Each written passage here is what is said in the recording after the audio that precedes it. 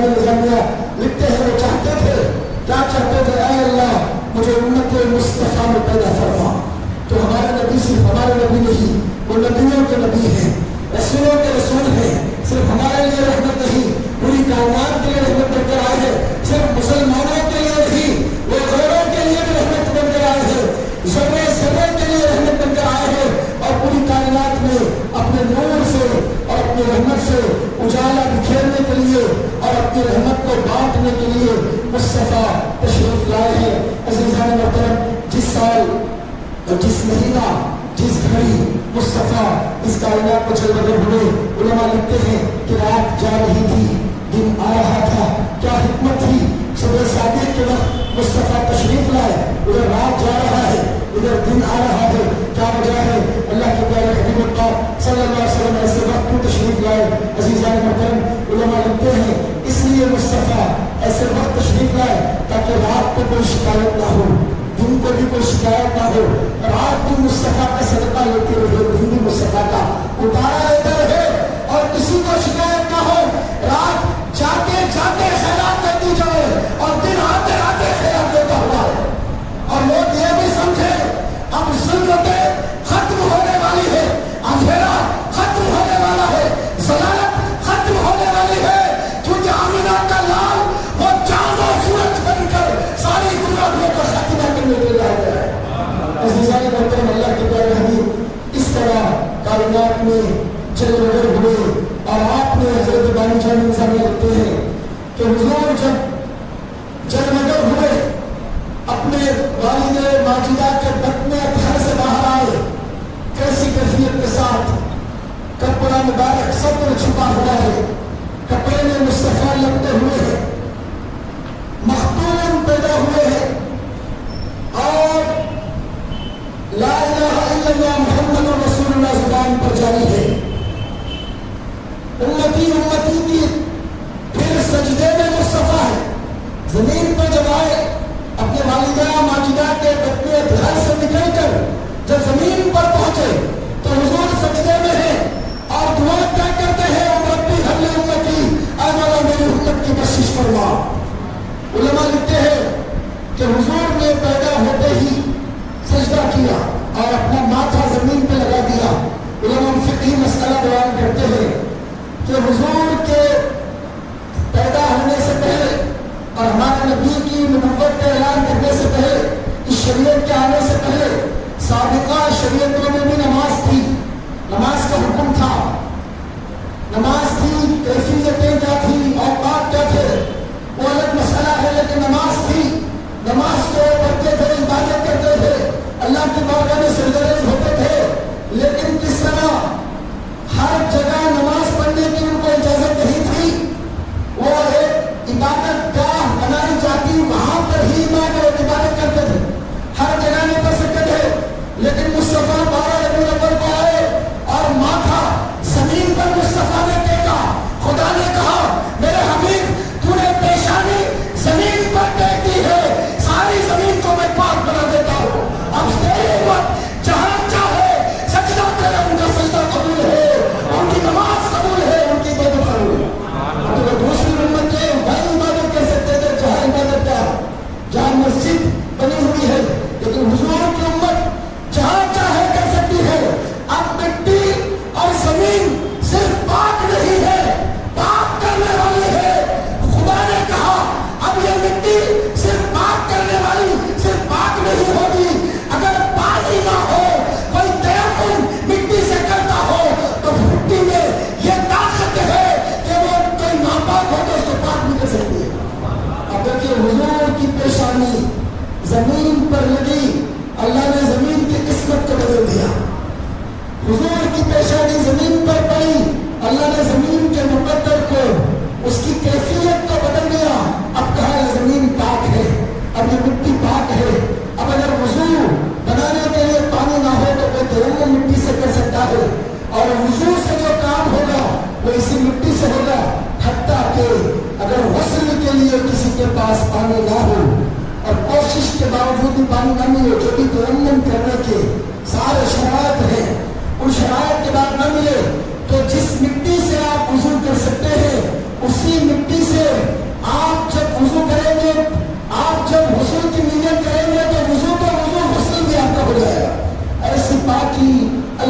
تعالیٰ نے مٹی میں عطا فرمائی ہے، یہ حبیب پاک صلی اللہ علیہ وسلم کے وجود کی برکتیں ہیں۔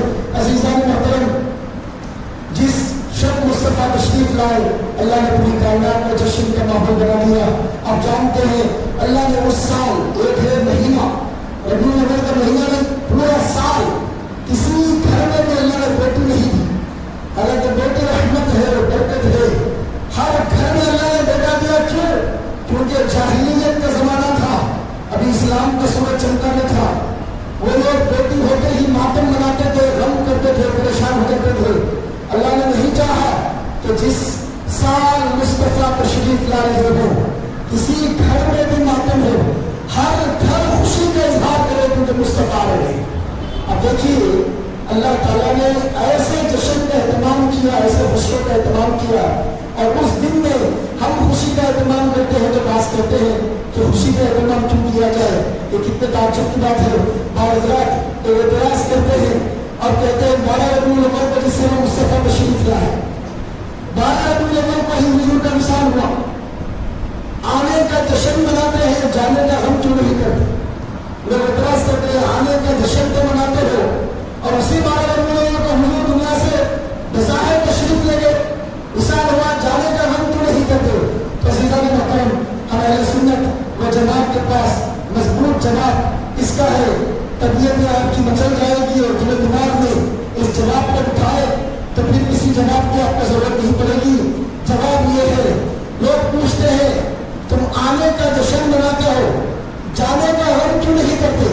تو ہمارا جواب یہ ہے کہ ہمارے عقیدے میں صرف حضور کا آنا لکھا ہوا ہے اور جانے کا کوئی تصور نہیں ہے۔ غم وہ منائے جن کے پاس جانا ہے، ہمارے پاس صرف آنا ہے اور آ کر امت پر رحمتیں بکھیرتے جانا ہے۔ ہم غم کیوں منائے؟ کیونکہ عقیدہ جانے کا ہے نہیں۔ حضور بظاہر گنبد خضرا میں گئے ہیں اور وہاں سے ساری امت پہ نظر فرما رہے ہیں، کرم فرما رہے ہیں، پوری امت کے لیے دعا کر رہے ہیں، اور حضور کے ہاتھ ہر لمحہ اپنے امت کی ہدایت کے لیے ان کے لیے اٹھے ہوئے ہیں۔ تو ہم وہ کرے جن کے پاس جانا ہے۔ ہم یہ کہتے ہیں کہ حضور آئے ہیں اور آ کر ہم نے چلے گئے ہیں، اور ہر جگہ مصطفیٰ اپنی شان کے ساتھ، اپنی عظمت کے ساتھ پوری کائنات کو حضور دیکھ رہے ہیں، اور حضور کو اللہ تعالیٰ نے یہ طاقت عطا فرمائی ہے کہ جب چاہے جدھر چاہے مصطفیٰ تشریف لا سکتے۔ گنبد خضرا سے پوری کائنات کا نظارہ مصطفیٰ کر رہے ہیں، اور جب چاہے حضور جہاں چاہے تشریف لا سکتے ہیں۔ تو یہ حضور کائنات میں آ کر اس کائنات میں چل رہے ہیں، گنبد خضرا میں چل رہے ہیں۔ حضور یہاں سے گئے نہیں ہے کہ غم منایا جائے۔ عزیزان محترم، ایسے عظیم ذات اللہ تعالیٰ نے ہم کو عطا فرمائی ہے۔ حضرت بانی جان نظامیہ شیخ الاسلام فرماتے ہیں کہ لیلۃ القدر ہے، شب قدر ہے، اس کی اپنی فضیلت ہے، 1000 مہینوں سے بڑھ کر افضل رات ہے، شب قدر ہے۔ آپ فرماتے ہیں، بانی جان نظامیہ لکھتے ہیں کہ حضور کی میلاد کی شب شب قدر سے بھی افضل ہے۔ میلاد کی شب شب قدر سے بھی افضل ہے۔ کیوں؟ کیونکہ حضور کی میلاد وہ ہے جس کے صدقے میں شب قدر ملی ہے۔ ہم کو کیسے پتا چلے کہ شب قدر کیا ہے؟ شب تو تھی، قدر والی اس وقت بنی جب مصطفیٰ سے نسبت ہوئی۔ اِنَّا أَنزَلْنَاهُ فِي لَيْلَةِ الْقَدْرِ، ہم نے قرآن کو لیلۃ القدر میں اتارا ہے۔ اگر صاحب قرآن نہ آتے تو قرآن کہاں سے آتا؟ قرآن نہ آتا تو لیلۃ القدر کہاں سے بنتی؟ تو لیلۃ القدر افضل ہے، یہ شب میلاد افضل ہے۔ سنیوں کا یہ عقیدہ ہے، وہ رات افضل ہے جس کے صدقے میں ساری باتیں اللہ نے عطا فرمائی۔ وہ رات افضل ہے جس کے صدقے میں اللہ نے ایمان بھی عطا کیا، اسلام بھی عطا کیا، اور جس کے صدقے میں رحمان بھی عطا کیا۔ تو عزیزان محترم، شب میلاد نہ ہوتی اور حضور اس کائنات میں جلوہ گر نہ ہوتے تو پھر کوئی رات ہم کو نہ ملتی تھی۔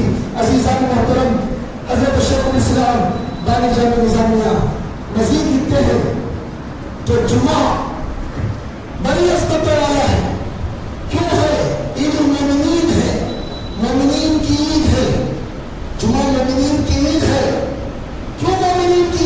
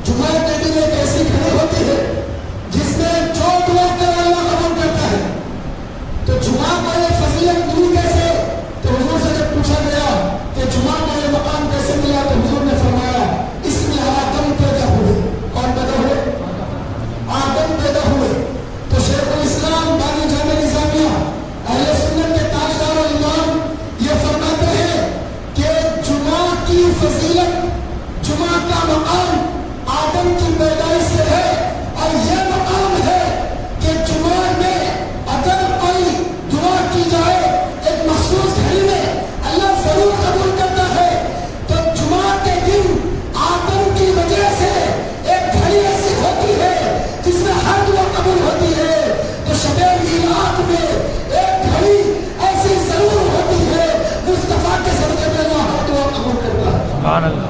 اب دیکھیں جمعہ کے دن کون پیدا ہوئے؟ آدم علیہ السلام. اور شب میلاد کون تشریف لائے؟ 12 ربیع الاول مصطفیٰ.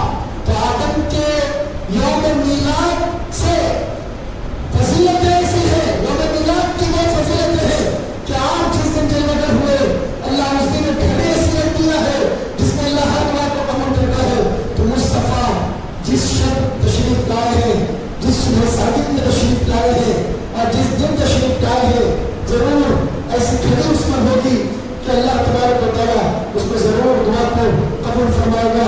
عزیزان محترم، اللہ کے پیارے حبیب پاک صلی اللہ علیہ وسلم کی میلاد کا اہتمام اور جشن یہ بڑے بڑے ائمہ نے اس کو لکھا ہے. حضرت سیدی شیخ الاسلام عارف اللہ حافظ امام محمد عمر اللہ فاروقی رحمۃ اللہ علیہ بانی جامع نظامیہ لکھتے ہیں، لوگ حرمین شریفین جاتے ہیں، جا کے آنے کے بعد بعض لوگوں کا کانسیپٹ عقیدہ بدل جاتا ہے. کہتے ہیں وہاں پہ جلوس نہیں نکالا جاتا، وہاں پہ میلاد کی محفلیں منعقد نہیں کی جاتی، وہاں پہ یہ قصیدے اور نعتیں گنگنائی نہیں جاتی ہے. دین تو وہاں سے ملا ہے، وہاں نہیں تو یہاں کیسے؟ تو عزیزان محترم، یہ جو آپ دیکھ رہے ہیں یہ 80-90 سال کا کی کرامت ہے، 80-90 سال کے معاملات ہے جس میں یہ منظر آپ کو نظر میں آ رہا ہے. حضور کی میلاد کا حضرت شیخ الاسلام بانی جامع نظامیہ 150 سال پہلے، 80-90 سال کا یہ معاملہ ہے، 150 سال پہلے حضرت بانی جامع نظامیہ 3 سال کا عرصہ مکہ مکرمہ مدینہ منورہ میں آپ نے قیام فرمایا. آپ اپنی کتاب میں لکھتے ہیں کہ جیسے ہی 12 ربیع الاول کا مہینہ آیا تھا، ہر طرف حضور کی عظمتیں، قصیدے، ترانے گنگنائے جاتے اور 12 ربیع الاول کے بارے میں مصطفیٰ جائے رحمت کی بارگاہ کا عالم کیا ہوتا.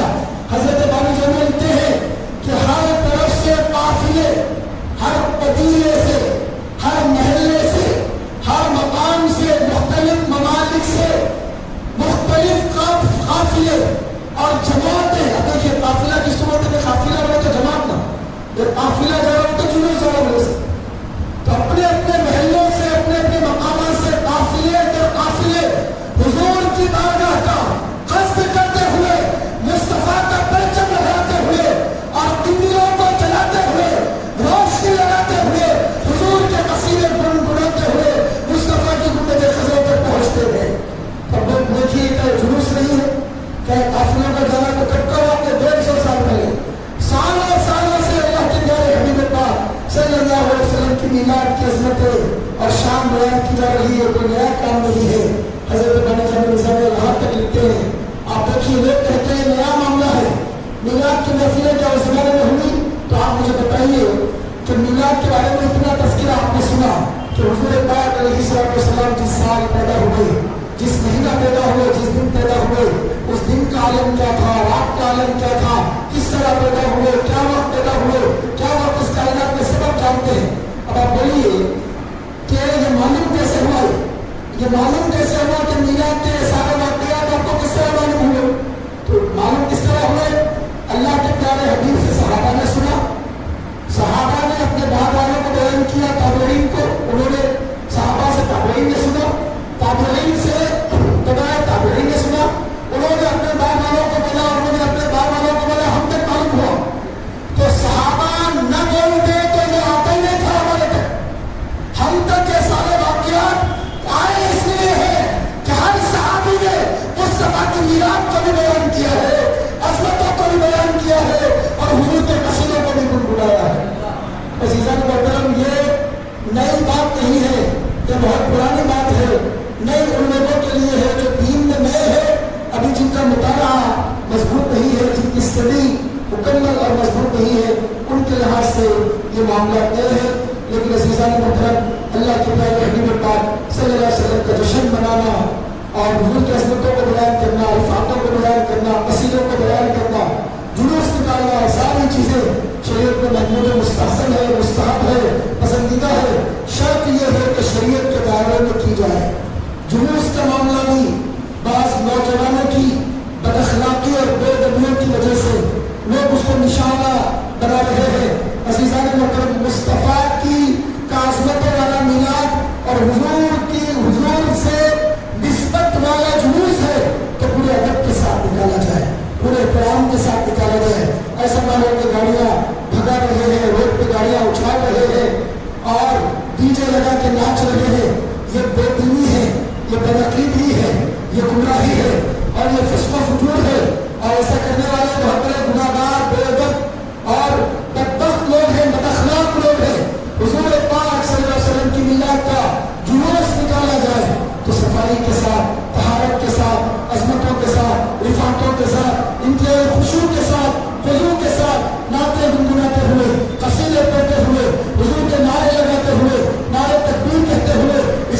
شان بیان کرتے ہوئے، شوکت کا مظاہرہ کرتے ہوئے ان عظمتوں کے ساتھ جلوس کو نکالنا چاہیے، اور شریعت کے حدود میں رہ کر وہ عرش لگانا، گاڑیوں کو اچھالنا، گاڑیاں بھگانا، اس انداز کی ساری چیزیں عزیزان محترم دین کے خلاف ہے، شریعت کے خلاف ہے۔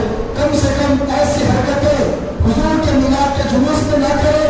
آپ اپنے دنیا کے معاملات کے آپ ذمہ دار ہیں، دنیا ہو دین ہو، جو خلاف کام ہے وہ تو ہرگز نہیں کرنا ہے، لیکن کم سے کم حضور کے میلاد کے جلوس کا ادب کرے۔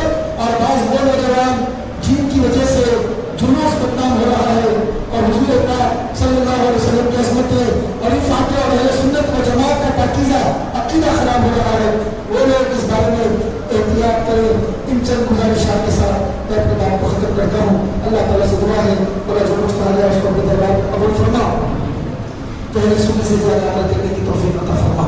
اللہ ہم سب کی حاضری کو اس میلاد کی محفل میں قبول فرما۔ تیرے پیارے حبیب پاک صلی اللہ علیہ وسلم کی سچی پکی محبت عطا فرما۔ حضور پاک صلی اللہ علیہ وسلم سے اس کو محبت عطا فرما، حضور کی سچی اتباع نصیب فرما۔ نبی کریم صلی اللہ علیہ وسلم کی سنتوں پر عمل کرنے کی توفیق عطا فرما۔